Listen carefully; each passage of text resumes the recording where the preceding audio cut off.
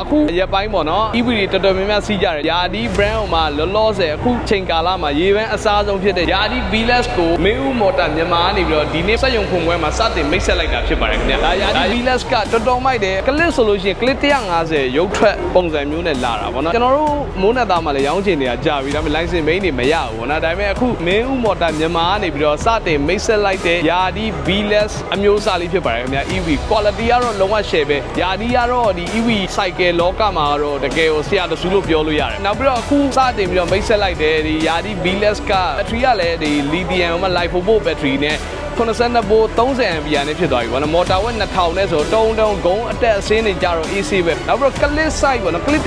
150 site ကိုသူကအပြည့်ထွက်တယ်ဘယ်အရွယ်စားလဲ site သေးတာတို့ဘာလို့မရှိဘူးထိုင်ခုံအဆက်ရှေ့ကနေနောက်ကိုဒါအရှည်ကြီးပဲမိုက်တယ်နောက်ပြီးတော့အခုကျွန်တော်ကြည့်လိုက်တာသူ့မှာ driving move ကနှစ်ခုပါတယ်ပေါ့နော် eco ရ sport ရပေါ့နော် eco ကတော့48 50ဝန်းကျင်လောက်ပြေးတယ် sport ကတော့ကျွန်တော်အခုကြည့်လိုက်တာ